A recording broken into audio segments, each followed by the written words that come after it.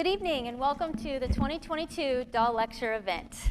My name is Tinsley Jones and I serve as the Director of Program Development for the Leadership Institute, which administers a variety of continuing education opportunities and professional development learning opportunities for the seminary. Dawe special events and lectures are made possible by a generous donation to the seminary that established the Dr. Donald G. and Nancy J. Dawe Fund for Emotional and Ethical Growth.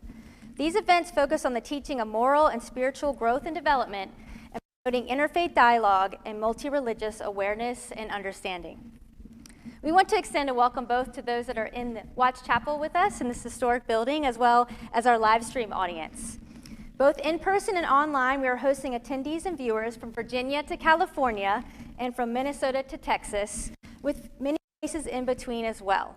Fittingly, we have a global connection and audience.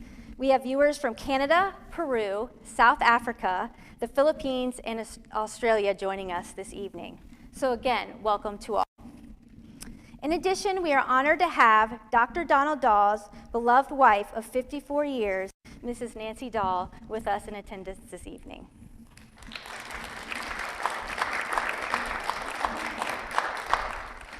We look forward to learning from our presenter tonight, the Reverend Dr. Roger Gench. Before I introduce our speaker, I'd like to call attention to a brief video highlighting the Dawe Fund as well as the impact and legacy of Dr. Dawe, who served as a dynamic professor of systematic theology at this campus for 27 years. Established in 2007, the Dawe Lecture is funded through the Dr. Donald G. and Nancy J. Dawe Fund for Emotional and Ethical Growth. This fund, established by a generous gift from Dr. Coleman Longan, honoring both Donald and Nancy Dawe, supports the teaching of moral and spiritual growth and development. Because of Professor Dawe's long-standing interest and commitments around multi-religious and multicultural understanding and interfaith dialogue, these events seek to contribute to deepened awareness and insight in the areas of intellectual and practical religious concern. By design, a common thread between the Dawe events is the teaching of ethical and religious understanding. The Reverend Dr. Dawe served as the Robert L. Dabney Professor of Systematic Theology at Union Theological Seminary, now Union Presbyterian Seminary in Richmond, Virginia, for 27 years, beginning in 1969. He brought a vision of world Christianity and contributed greatly to the life of the seminary, including serving as faculty leader for the newly established Ghana Exchange Program. Dr. Dawe retired as Professor Emeritus from the seminary in 1996 and continued teaching in Richmond churches. A gifted and stimulating speaker, Dr. Dawe had a passion and gift for teaching. His life's work was teaching about a loving God in the faith and practice of both Christians and non-Christians. In addition to his tenure at the seminary, he taught in India, Nigeria, Ghana, South Africa, the Philippines, Korea, England, Scotland, and Spain. He also authored 9 books and numerous articles. Dr. Dawe passed away in 2012 and is survived by his wife Nancy. These annual events pay tribute to Dr. and Mrs. Dawe and honor his remarkable life and legacy. We're pleased to introduce you to this year's Dawe Lecture presenter, the Reverend Dr. Roger Gench. Dr. Gench served as senior pastor at the New York Avenue Presbyterian Church in Washington, D.C. for 17 years before retiring. He currently serves as Theologian in Residence at Second Presbyterian here in Richmond, Virginia, and has also served as an adjunct instructor here at the Union Presbyterian Seminary campus. He's an alumnus of Union, where he completed a PhD in theological ethics, and he had the good fortune to study under Dr. Dawe during his time on the Richmond campus. Dr. Gench has spent considerable time throughout his vocation and ministry studying and connecting the contemplative arts and theological reflection to the practice of community organizing. Tonight, we welcome Dr. Gench in presenting the 2022 Dawe Lecture event entitled Cruciform Mindfulness. Thank you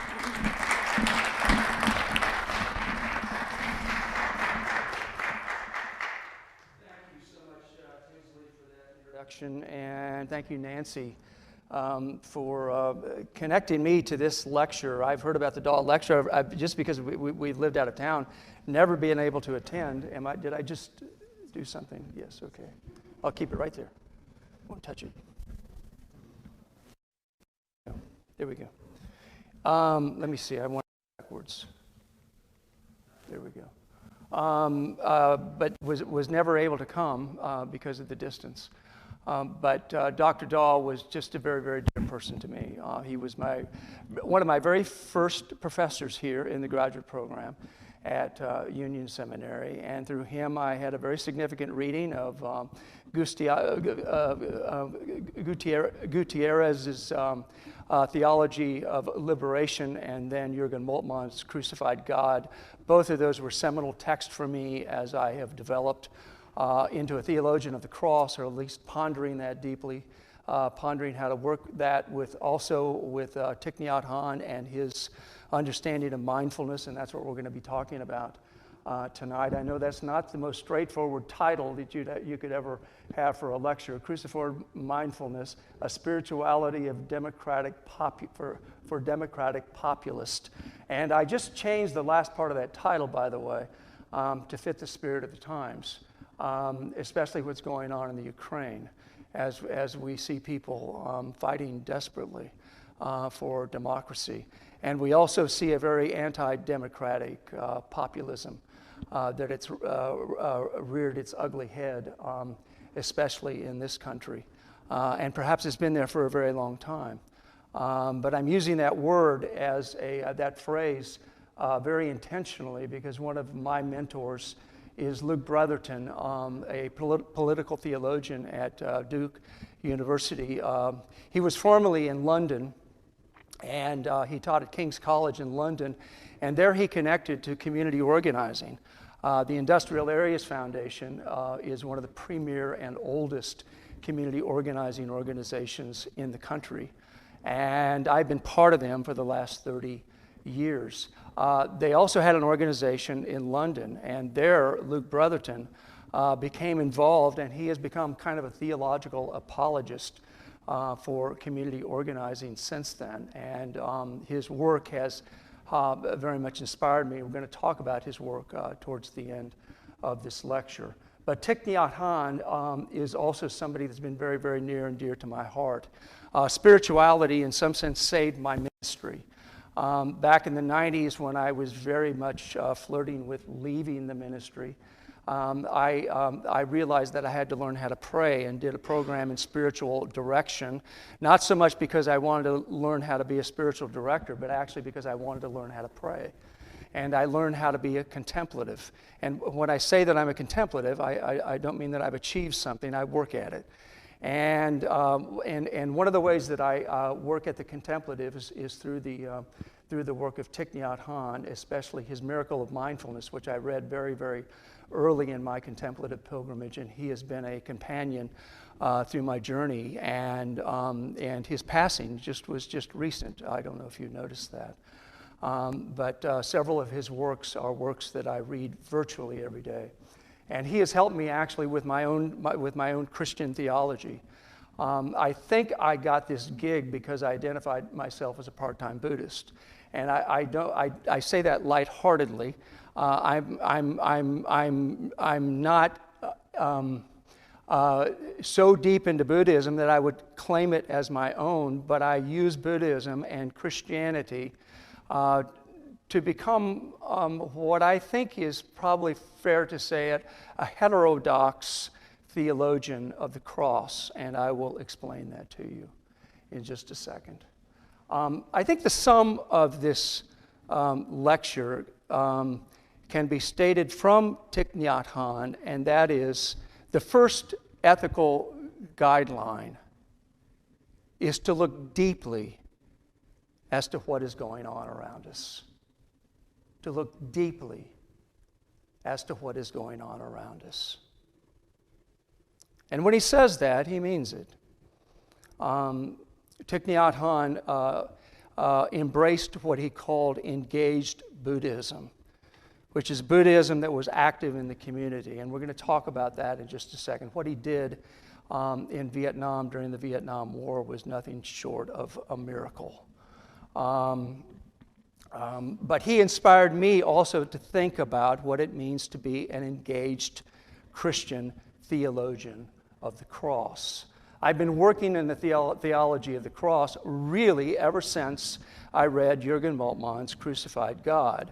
And even though I had some serious questions about that book, which I engaged with Dr. Dawe, and he pointed me in some directions that really helped me out, he will never know, in fact, how much he helped me out in articulating a theology of the cross. It's something I work with, again, almost every day, and I bring those two things together in a way that I hope is helpful. But let me also bring the third, if the contemplative is one prong in this lecture and the theology of the cross is another, then the third is community organizing. It's in my blood, it's part of my life, it's one of the things that I learned 30 years ago with the help of some amazing community organizers. The Industrial Areas Foundation was founded by Saul Alinsky. Back in the 40s, he was organizing in Chicago, and he founded an organization that he called the Industrial Areas Foundation because originally it was in industrial cities. It's since been spun off in a variety of directions. It's in about 30 states and several foreign countries, including London and South Africa. It is, again, very near and dear to my heart. It's about engaging democracy on the ground, and that's why Luke Brotherton calls it democratic populism. I did a Sunday school class on this at Second Presbyterian Church in December, and several people came out of that saying, "I didn't know you could use populism in a positive way." And I'm hoping and praying that you can see at the end of this lecture that we can. But first and foremost, I hope you can see that that's what is happening in the Ukraine is a form of democratic populism. It's bringing together, no doubt, people that are very, very different in their political perspectives, maybe even enemies. And they're joining together in common cause in a remarkable thing. And we do pray deeply for the people of Ukraine at this time and place. But let me begin in good community organizing style and tell you a story. It was 2014, and the organization I was working with, which is the Industrial Areas Foundation, the incarnation of the Washington Interfaith Network, which is the incarnation of the Industrial Areas Foundation in Washington, D.C. And we were working with the Amalgamated Transit Union around jobs that were being produced by around the two new lines, the circulator and the streetcar, that had been privatized off of WMATA, which is the main metro in Washington, D.C. It was privatized in order to save WMATA money. WMATA ran it, but it was privatized, owned by a French company. And they were paying half the wages that people were getting in WMATA, and without benefits, and without health care. But it was cheap, and people loved it. It was an easy way to get around. The circulator was a wonderful, easy way to get around Washington, D.C. You'd get on and you'd pay $1, and you can just go around in Washington, D.C. Little did we know until we started to inquire, and the Amalgamated Transit Union was the one that came to us to help us to organize the workers. Little did we know that they were being paid poverty wages.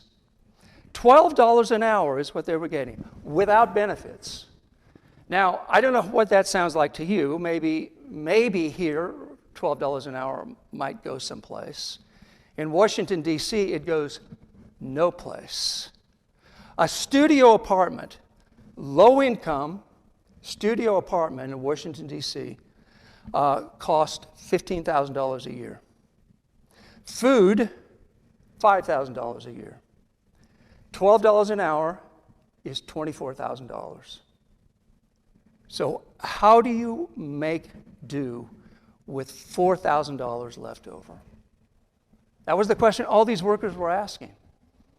So at the very beginning of this campaign, they were doing a mass meeting at my church, the New York Avenue Presbyterian Church in Washington, D.C. And I was just kind of getting on board with what was happening with these transit workers.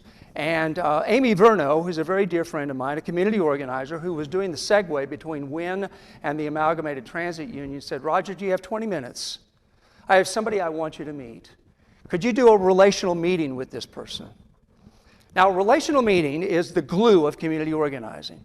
A relational meeting is a one-on-one meeting where we ask questions that are hardly ever asked in any meetings that we have with anyone. Like, for example, does anything make you angry?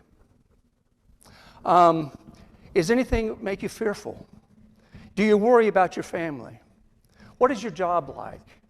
We ask those kinds of questions. They're very pointed questions. And then we also share something of our own life so that we can connect deeply with people and therefore form a power basis from which we can move from there.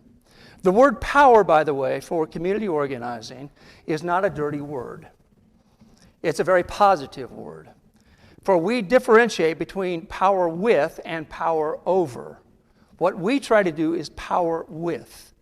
We try to do the power of organizing is organizing people to hold people who are in power accountable, especially politicians, especially the board, in this case, of WMATA, and the D.C. Council that helps sponsor WMATA, which is the metro in Washington, D.C.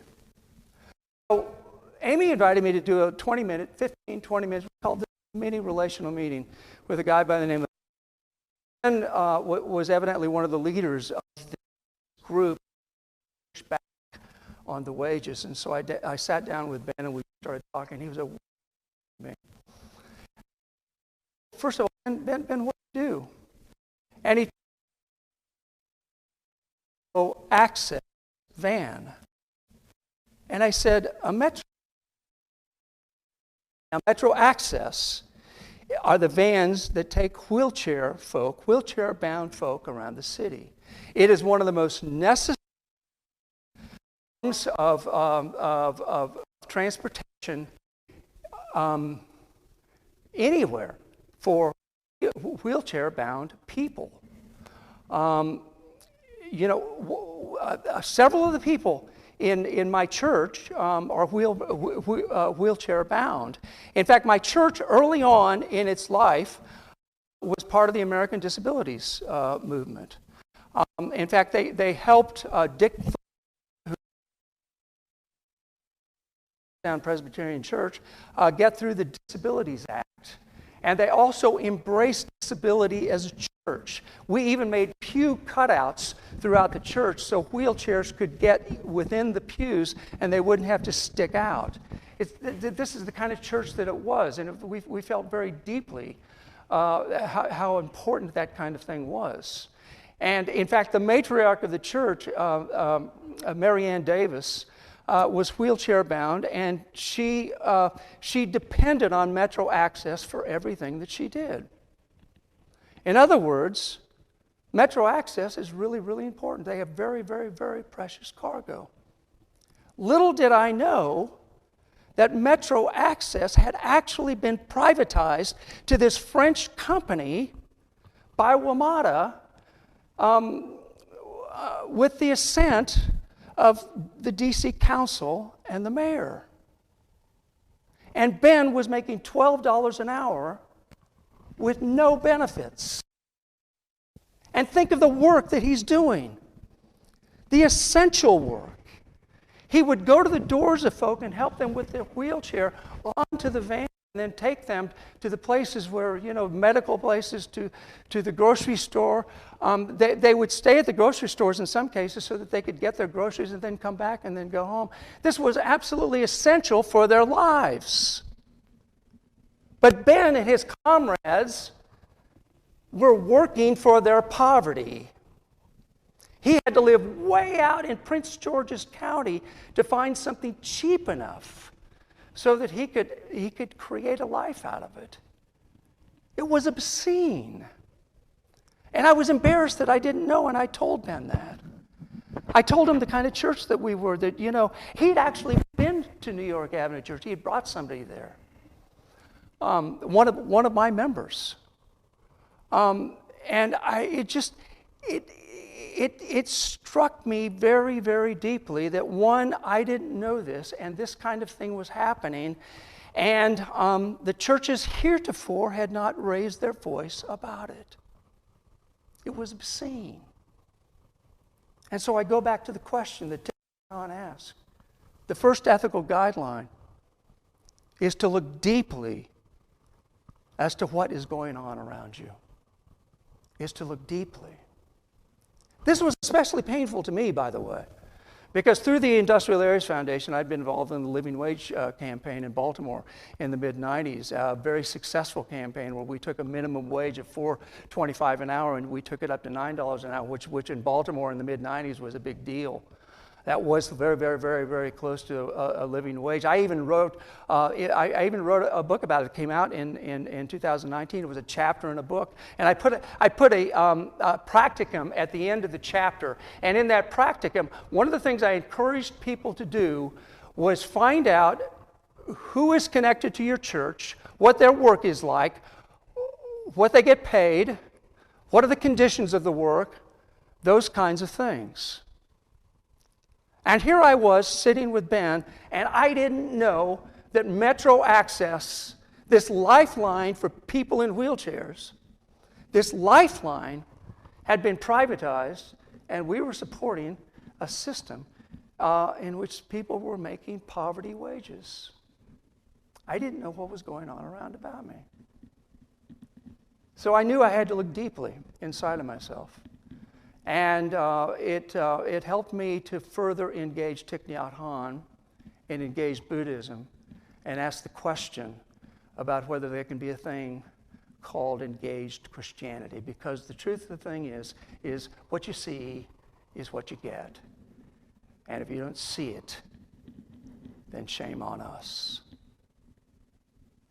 I play, or I attempt to play classical guitar. It's a wonderful thing for me. It's a very important part of my life because it's the only part of my life where I'm actually improving. I have a relatively new teacher of 7 years, and he's doing something with me that is really striking with classical guitar. First time he did it, I had no idea why he was doing this, but he said, "Roger, put the guitar down and sing the piece of music you're trying to play." Well, I put the guitar down, and I fumbled my way through, just da, da, da, da, da, through the piece of music, and he said, "Roger, you can't sing it, can you?" Well, if you can't sing it, how the heck are you going to play it? Another story about that. There was a master classical guitar performer who was doing a master class. And a master class has classical guitar players all around, and he's giving them techniques and doing this, that, and the other. And somebody asked him a question. He says, "Maestro, do you record your music so you can listen to it?" And he thought about it for a second, and he said, "Well, why in the world would I do that? You've got an ear, don't you?" Do you see what he's saying? You've got to hear it. If you can't hear it, you can't play it. And it's the same way with spirituality. If you can't look deeply into it, you can't do anything about it. And that takes me to Thich Nhat Hanh. Hope I'm doing this right. The great Zen Buddhist monk who was the Martin Luther King of Vietnam, if you don't know that. He formed a monk cell in the middle of the Vietnam War and engaged Buddhism. And in this monk cell, they were establishing schools. They helped to reconstruct bombed villages. They set up medical clinics and agricultural co-ops. And they were often persecuted for these activities because they were suspected of being on a Thich Nhat Hanh's life was threatened. He had to leave. He first went to France, then he came to this country. He met Thomas Merton. He met Martin Luther King. Martin Luther King nominated him for the Nobel Peace Prize. He was a remarkable person. He went around the country preaching against the war in Vietnam. But the most important thing about him for me is he really deeply connected the contemplative to the activist. The contemplative to the activist. And where I took that immediately was to the theology of the cross, because it had seemed to me for a very long time that the cross, at least in liberal circles, had dropped out of focus. The cross was the darling of the conservatives and the evangelicals, but the main line, not so much. In fact, we really tried to avoid it like the plague. Maybe for good reasons, because traditional theories of the cross, for some people and for me, are quite offensive, frankly. But for the last 30 years, I've been working with the theology of the cross, and so I want to basically unpack that and show how Buddhist mindfulness and a theology of the cross, or what I'm going to talk about is a political theology of the cross, can help us to engage and to see things deeply, The cross and resurrection of Jesus Christ, I contend, exposes other crosses that litter the landscape of the world, of our personal and corporate lives, as well as the places where God's resurrecting power is at work, bringing life out of the death-tending places. The cross does three things for me. It exposes the power abuses of the world, it disrupts them, and then in the resurrection, it empowers and agitates for change. The cross does all of those things. In her book, Vulnerability and Glory, theologian Christine Culp tells an arresting story of a former gang member in Los Angeles who had the words Florence around his forehead and around his neck and over his skull. The tattoos defined him as belonging to a particular group in his neighborhood and threatened violence against anyone who would disrespect the neighborhood. When she found him, he was in the ministry of Father Gregory Boyle and Homeboy Industries, and he was recovering from his gang reality, his gang identity, and he was undergoing a very painful process of having those tattoos removed that would leave second-degree burns around his face. And I couldn't help but think that this is an incredible metaphor for the human condition, for we all bear marks of violence upon us in one way, shape, or form. Violence gets inscribed on us, the violence of the world. The same violence that crucified Jesus crucifies every one of us. The violence of colonialism and imperialism, the violence of gone amok capitalism. But God is always at work seeking to bring life out of the death and healing our wounds and resurrecting us from the death-tending ways of the world. And I think Christine Culp is right on spot when she contends that any interpretation of the cross must name suffering and unmask brutality and indignity, or as Martin Luther put it, call a thing what it is. And so let me be clear about what I affirm and what I don't affirm about the cross. I affirm that suffering due to violence is never redemptive. Never, ever. As some traditional, many, if not most, actually, some traditional interpretations of the cross presume. Suffering must be named as suffering. Suffering and violence are an affront to human flourishing and not the will of God. Now, that doesn't mean that there won't be pain, tension, conflict, even persecution due to inevitable resistance to suffering. It's a consequence of suffering. Raquel St. Clair wrote a wonderful book that I commend to you called Call and Consequence, which she reinterprets Mark's understanding of cross-bearing to be living in the reality of resisting the suffering and the crosses of the world and realizing that there will be consequences. There will be consequences.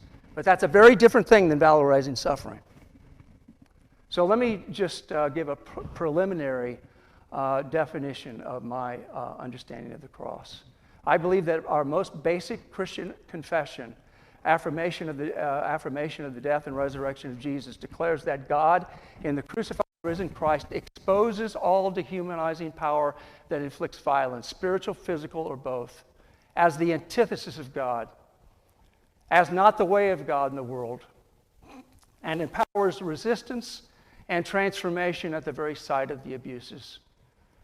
And if the cross of Jesus represents the humiliating, dehumanizing abuse of power everywhere and anywhere it is exercised, a place where such abuse is exposed as not the way of God, indeed the antithesis of God in the world, it is also a place where God seeks to bring resurrection, healing, justice at the very place of the brokenness. I want to move it even further because there's more. This wonderful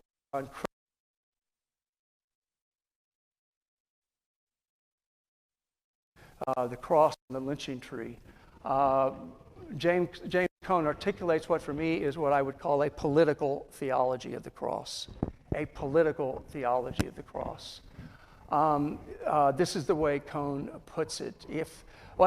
First of all, paradoxically, Christians turned the cross, a symbol of Caesar's power, into a symbol of God's unconquered love.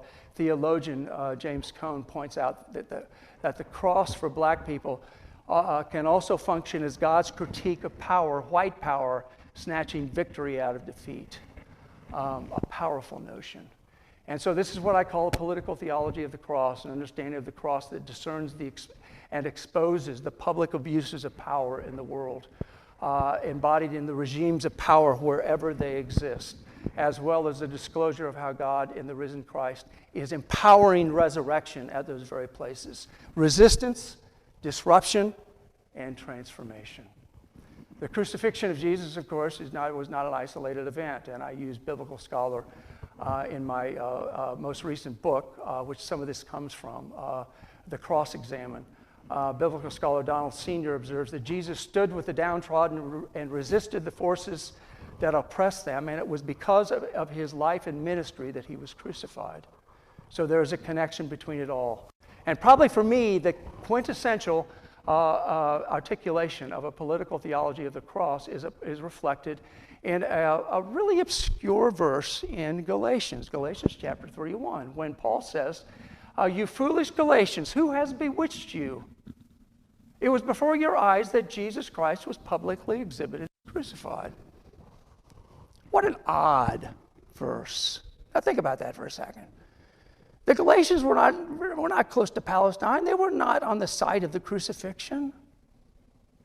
I swear, I must say this. I mean, I've saying this at a seminary where biblical studies is very important. So many commentaries on this verse are really lame. Davina Lopez is the only one that made any sense. Astute observation. What she says about this verse. Paul's Galatians did not need to see Jesus' crucifixion. Did not see Jesus' crucifixion, but they did not have to. There were plenty of examples before everyone's eyes in real life, in stone, in coins of capture, torture, bondage, execution of others in the name of affirming Rome's universal sovereignty through domination. Crosses litter the landscape of the world. And so I do a rendition of Hemingway's famous quote, "The world breaks everyone, the world crucifies everyone," in one way, shape, or form. One way, shape, or form. And yet God in Christ is always active, bringing life out of the broken places. And then there's another powerful notion, another way of articulating this through the Korean notion of Han. Han, as theologian Andrew Park Sun, who's done a lot of work on this notion, is a social, economic, political, physical, mental, spiritual wound generated by political oppression, economic exploitation, social alienation, cultural contempt, war. It may be a deep ache and intense bitterness. It is Han that is the mark of being crucified. When Paul says in the book of Galatians, "I bear the marks of Christ," I think this is what he's talking about. According to Brigitte Call, a very fine Paul scholar, it's what he's thinking about. And I want to also connect it to resurrection, because resurrection has political implications. I'm not going to read all this, don't worry about that. Jesus' cross and resurrection are inseparable realities. And what I'm referring to here is the book of Daniel and the Maccabean period, where Antiochus Epiphanes tyrannized the Jews, Hellenizing the Jerusalem temple, and the Maccabean resistance to this tyranny ended in their execution. And according to Josephus, many of them were crucified. In fact, Josephus gives a particularly grueling depiction of the crucifixion. So it's interesting that the book of Daniel has both crucifixion and, go figure, resurrection. The first account of resurrection, as Ted Jennings points out, is in Daniel 12, 2-3. The resurrection of the executed is the hope for divine justice that overthrows the dominion of the tyrant. For in the resurrection of Jesus, the principalities and powers of the world are already judged and condemned as rebels against the rule of God. Thus, the resurrection of Jesus is foundational for the church's political resistance to Caesar. Go figure that resurrection is political. In my mind, resurrection is about agitation, creating an agitational community of resistance to the principalities and powers of the world. And that's what we're called to be and do. And then I come to this wonderful quote, haunting quote, from Ignacio Ellacuría, one of the martyred presidents, one of the 5 martyred Jesuits, martyred by the death squads during that tragic civil war in El Salvador. And he is speaking here to the first world Christians. And I know that that's hard to read in the font that I put on there, but he asks us to ask ourselves, what have I done to crucify them? What do I do to uncrucify them? What do I do for this people to rise again? And then we come again to Paul. Interesting that Charlie Kauser notes that when Paul said, I decided to know nothing among you but Christ and him crucified, he said, it's interesting the choice of word. He didn't say preach, he didn't say declare, he didn't say announce. He said know, which is a very deep, deep, deep word. It's a deep and abiding word. It's not just head knowledge, it's body knowledge. It's a knowledge that can help us see the world. And from this, I went to Mary Solberg, who, by the way, a Lutheran theologian, and spent a lot of time in El Salvador, especially during the Civil War. My church in Baltimore had a sister parish relationship with the church, Madre de los Pobres, which was a church that was created on an ash heap from displaced people from the Civil War. And I went down during the latter stages of that war. It was one of the most horrific experiences I've ever felt or seen in my life. Literally, in a 10-day trip, after 5 days, I shut down. I couldn't see it anymore. We were told not to ever look, ever look at a Salvadoran military in the face, ever to look at them. And every time I stepped outside, I had to make sure that I had my story right, because if I told them that I was a minister, I would immediately be suspected of insurrection or being on the other side. So I told everybody that I was a teacher, which in a sense I'm a teaching elder. Horrific experience. Mary Solberg, who's working from Luther's understanding of the cross, calling a thing what it is, describes three forms of cruciform knowledge or knowing. The first is a gradual awakening, like as if an awakening from a nightmare.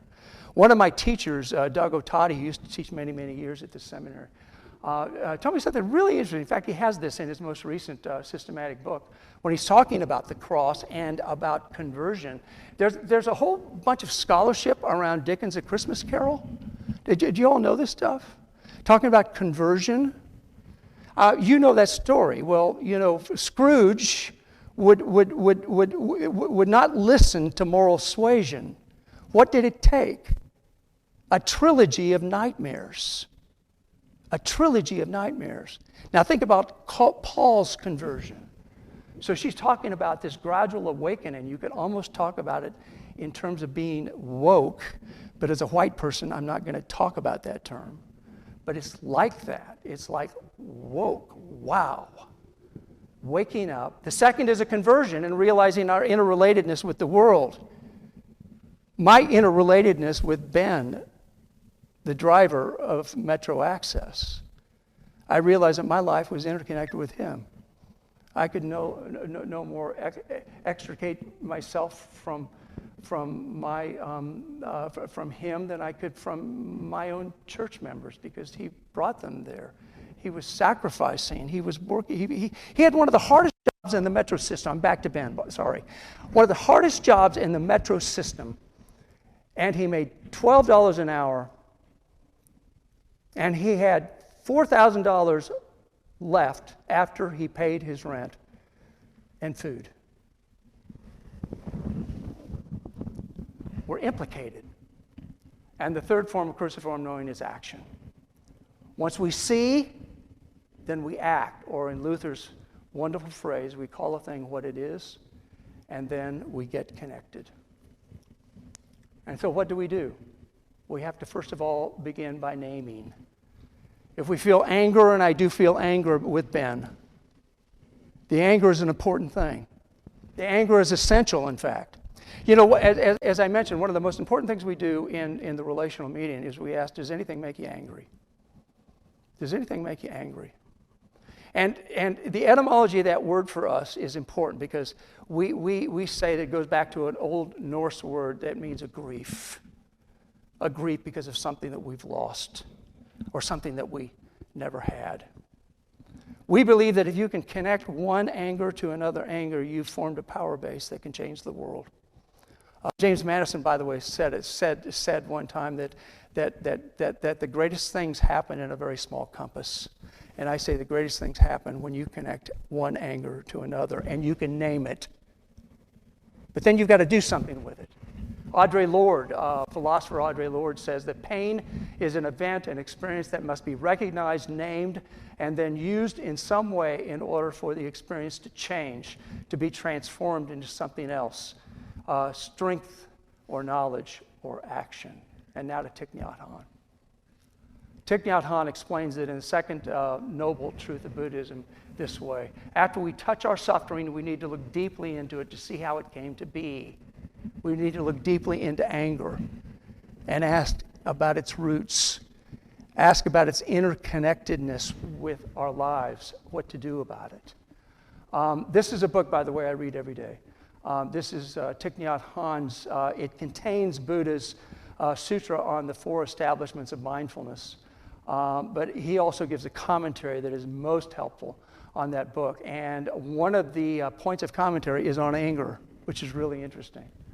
But the most important thing he says here, and he says this throughout the corpus of his work, the most important thing about mindfulness are these two things. The critical thing of mindfulness is not clinging to or rejecting feelings, attitudes. Is not rejecting our feelings. It's an attitude of letting go, which doesn't mean it's gone. It means that we don't cling to it. We're not addicted to it. We're not attached to it, but we're not rejecting it either. Right? We're not repressing it either. So he goes on, fear and anger are fields of energy that arise from a psychological base.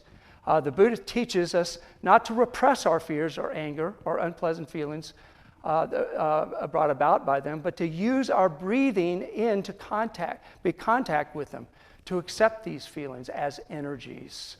Let me move over that quickly. Mindful observation is like a lamp. It looks at it, doesn't judge it. It throws light on our anger, sponsors it, looks after it in an affectionate, caring way like an older sister. When we're angry, our anger is our very self. It's connected to us. You don't reject yourself. You want to do something with it. And then he has this wonderful image, and that is, by the way, yes, those are potatoes, and those are boiling potatoes in a pot. Ironic, isn't it, that he uses the images of boiling potatoes to talk about anger. But this is what he says. That font is hard to read, I know.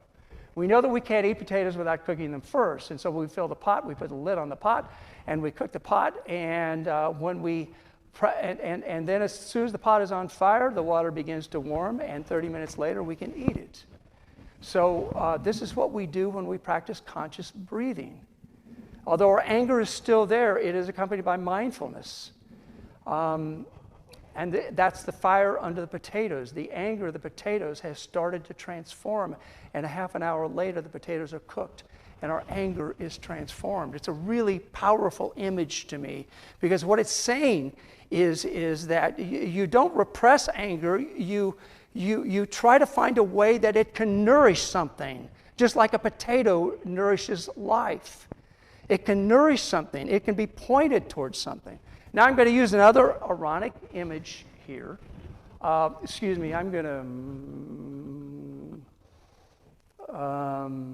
I think I've already kind of gone over this. So I'm going to actually look at the Cruciform breath prayer that comes out of my book, The Cross-Examen. And so this is kind of this is my take, bringing Cruciform mindfulness together, or the political theology of the cross and Thich Nhat Hanh's mindfulness together into a breath prayer. And in the breath prayer, you sense the resurrecting, forgiving, passionate, justice-seeking power of God filling you with energy. And as you exhale, you breathe out, mindfully name neither attaching to or rejecting the disfiguring toxic qualities of our life, the potentially crucifying. It's important to say that these things, anger is not itself a crucifier. It's what you do with it. In fact, what you do with anger could be about resurrection and life. It could be. So let me just move on quickly, because I think I'm taking too much time, and I want to get to your questions and see if I've made any sense of this whatsoever. Now I'm going to use another ironic image here. Community organizers talk about anger as cold anger. This is not repressive anger. This is cold anger. Mary Beth Rogers, in her book entitled Cold Anger, defines cold anger as direct experience of dehumanizing injustice that transforms itself into compassion for those who are hurt. It's a kind of anger that can energize democracy, because it can lead to the first steps of changing politics. Indeed, the noted community organizer, Ernie Cortez, who is one of the mythic community organizers in the Southwest, I had the honor of getting to meet him once. He says he searches for people who are angry because he knows that anger can stir passion for others that can be transformed into political action. Anger, after all, is energy, and energy is needed for change to occur. Anger, he says, is something very deep, and it is rooted in memory. It is not just a spur-of-the-moment kind of a thing. It is tied to loss, grief, and it is rooted in relationships and concerns for and with other people. And this is mindfulness in action. I talked about the relational meeting. This is Louise Green, a wonderful community organizer friend, who puts the relational meeting into this very succinct form. What are you doing in a relational meeting? It's a chance to get outside the repetitive things, what might be superficial things, or just they might be important in some ways, but they don't get into what makes us tick, and that's what you want to get at in a relational meeting. We talk about animating stories, but we also talk about angers, because angers connect us deeply, or fears, but angers can move us to change.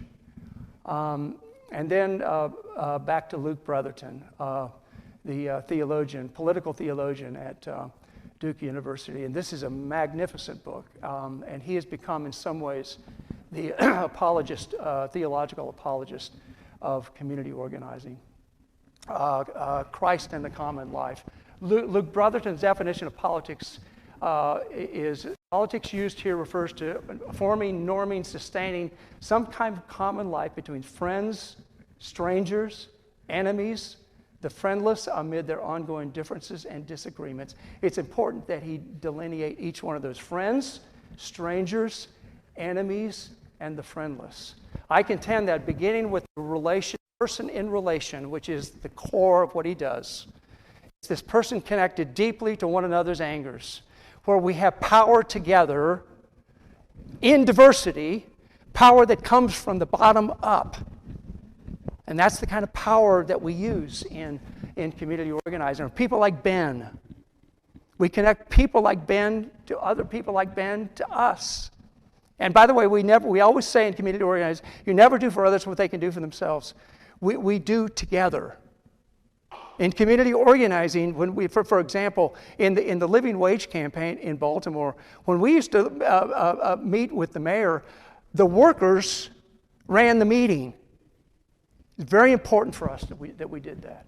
So and this diverse kind of thing that is created there. I contend that beginning with persons and relations can challenge homogenous, racist conceptions of people and personhood. And now let's go to an anti-political populism, which refuses the possibilities of common life, narrowing what is considered common via exclusionary and dichotomized visions of who is and who is not part of the people. This is a haunting, this comes from January 6, 2021, a haunting image of people identified themselves as evangelical Christians at the cross. This is I have no idea what they're doing here. By the way, I'm not trying to presume too much, but I'm suspecting. And the political theology of the cross I'm trying to articulate for you this morning is against this theology of the cross. It's probably against most atonement theologies. But it certainly argues against this. A democratic populism, by contrast, a populist democratic politics embodies a conception of politics that works to reinstate diversity and inhibit totalizing monopolies, whether it's the state or the market. We want to hold them accountable. If we connect deeply with one another, and if we connect deeply from the bottom up, we want to hold people accountable for what they do and what they say. And so I guess I'll do, you can read the rest of that. But by the way, this is a very dear friend of mine. He taught me more about community organizing than maybe anybody in life except a couple of other, Arnie Graff and Kathleen O'Toole. I don't know, they might be online. God bless you all if you are. But Doug Miles just passed away a year ago. He was the pastor of Koinonia Baptist Church. He was a powerhouse community organizing people from the urban area of Baltimore to make a real difference in life. This is democratic populism. Then back to Thich Nhat Hanh. We have to observe deeply what is going on around us before we can understand its causes and hope to transform it. And then this wonderful, wonderful image of young Thich Nhat Hanh and really young Martin Luther King. Thich Nhat Hanh wrote a letter to Martin Luther King. It says his engagement during the war was an explicit intervention in the relational, conventional world whose good fruition will be to change the world by communicating about specific people's sufferings and aiming for their relief. Cruciform mindfulness. It is, in essence, at the end of the day, an embodiment of the Lord's Prayer. Thy will be done, thy kingdom come, thy will be done on earth as it is in heaven. That's politics. And that's political populism. What you see is what you get.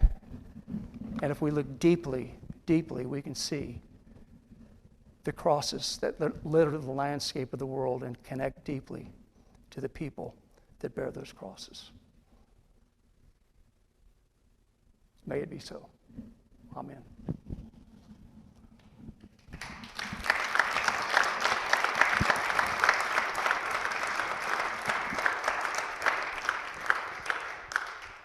I have no idea if that was clear, but let's talk. Certainly I've said something that offended you or something like that. Questions, observations? Could I just make an invitation, knowing how excited you are to speak more about the cross and democratic populism? Roger will be hosting a book study through the month, through Lent, on creation and the cross, Elizabeth Johnson's look at different ways of understanding atonement. So if you would like to continue this conversation, we would be happy to do so. Look on the, you can email me if you want to be part of that book. That's a fabulous book. By the way, Frances, my wife, and I, who teaches here at Union Seminary, are teaching a course on entitled Cross-Examinations, and that's one of the basic texts we're using. Elizabeth Johnson is one of my favorite theologians. She's a brilliant Catholic feminist theologian, wrote the book She Who Is, by the way, countering Aquinas' He Who Is. Interesting. In this book, she takes the same style as Cur Deus Homo of Anselm of Canterbury to dismantle Anselm and give us a very different understanding of the cross. Very powerful book. Go in peace. Yes.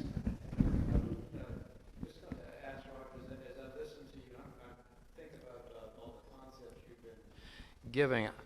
I'm wondering about the possibility that the cross having listened to you, doesn't have anything to do with God, but that it's our anger about what God is doing in the world, and God's anger is directed at the cross through the resurrection. Or the possibility that the cross isn't about God at all, that it's about us, and that God's answer to us is about the resurrection, which then helps me understand the people on January 6th holding the cross, because it belongs to our anger. It's who we are, and the way God responds to that is an angry moment that is the resurrection that counters the cross. I'm trying to figure it out myself as I listen and try to figure out what you've been saying, but it strikes me, the more I hear you, the more I think the cross maybe doesn't have anything to do with God. I am getting to the point that I am an anti-atonement theologian, because almost all atonement theologies get caught up in the Trinity, they get caught up in God's will, they get caught up in this, that, and the other. And foundational for me is God's will is thy kingdom come, thy will be done on earth as it in heaven.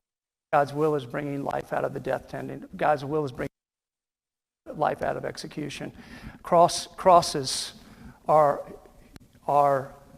created by what Willie Jennings calls a diseased colonial imagination. Human diseased colonial imagination. I think you're right.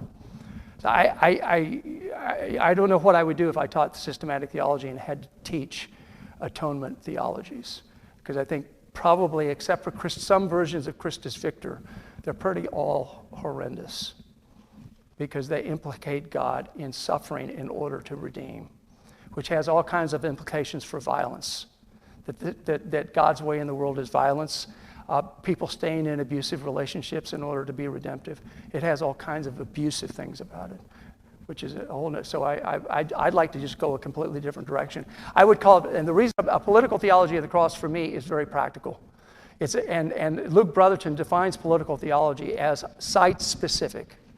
Just like Paul's letter to the Galatians was site-specific, a theology of the cross is site-specific. It asks, what's going on right here?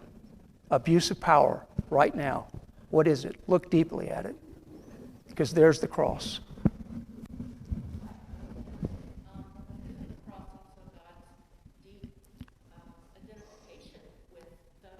Are suffering, right. Who are bearing crosses. So I can't quite say that has nothing to do with God. God in Christ. Right. Right. So you could do incarnational theology with that. Yes, you could. Right. Yes. As a mental health practitioner, I'm really struck. Mental health clinicians have been using the language of mindfulness for the last 10 or 15 years. And people who have been abused and neglected suffer and are angry, and being mindful and learning how to sit with your strong feelings and your strong emotions and your anger and to not judge them. So I found this to be really fascinating, that the religious communities are looking at these sorts of things and seeing them as a way, because the person who has suffered from abuse and neglect, out of their anger and learning how to sit with that, they then can experience healing and move forward in life. And I see what this whole framework that you're presenting here this evening seems for a way for religious communities to sort of... At the risk of confusing things even more, let me just talk about Shelly Rambo and her work on trauma. Really, really important stuff. She has 2 books The second one is probably the one I would commend to you, called Resurrecting Wounds. And there she uses John's resurrection appearance behind closed doors to the disciples who are there in fear. And it's important for Rambo to note that he appears wounds and all. So the wounds are not erased in resurrection. The wounds are part of the process. The trauma, the part of the process. The interesting thing Shelly Rambo does with trauma is, in the first book especially, she says that the Christian tradition has always had a paradigm of Good Friday to Easter without remainder. And what she wants to say is that for most trauma victims, they get stuck in Holy Saturday, and they can't get to Easter. Or if they do, it's only a partial Easter because of the trauma, right? And so part of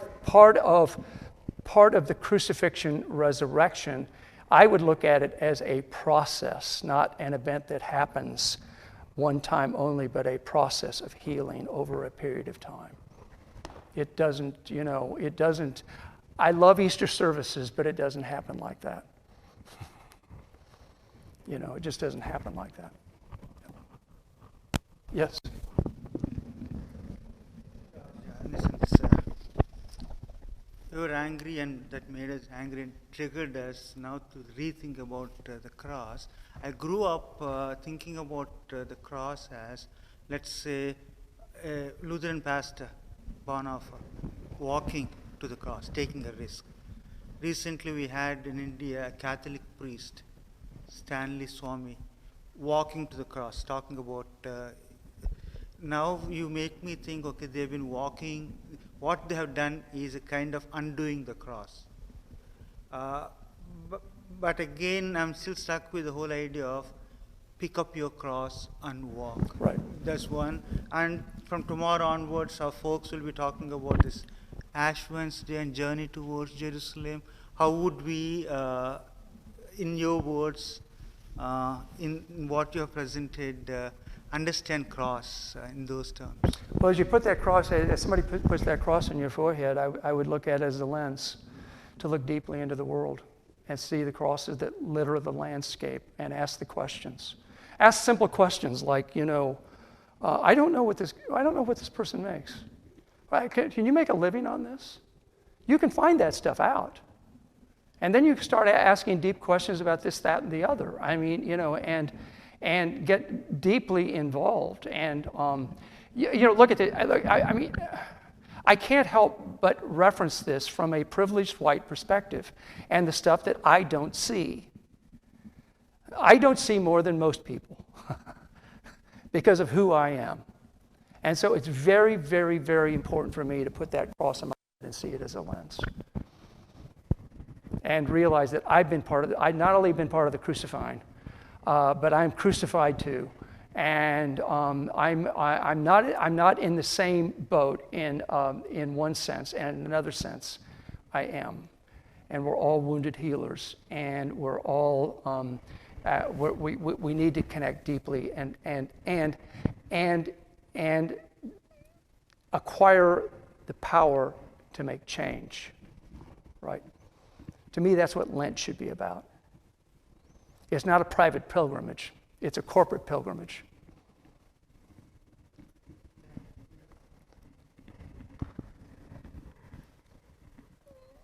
Thank you all. Go in peace.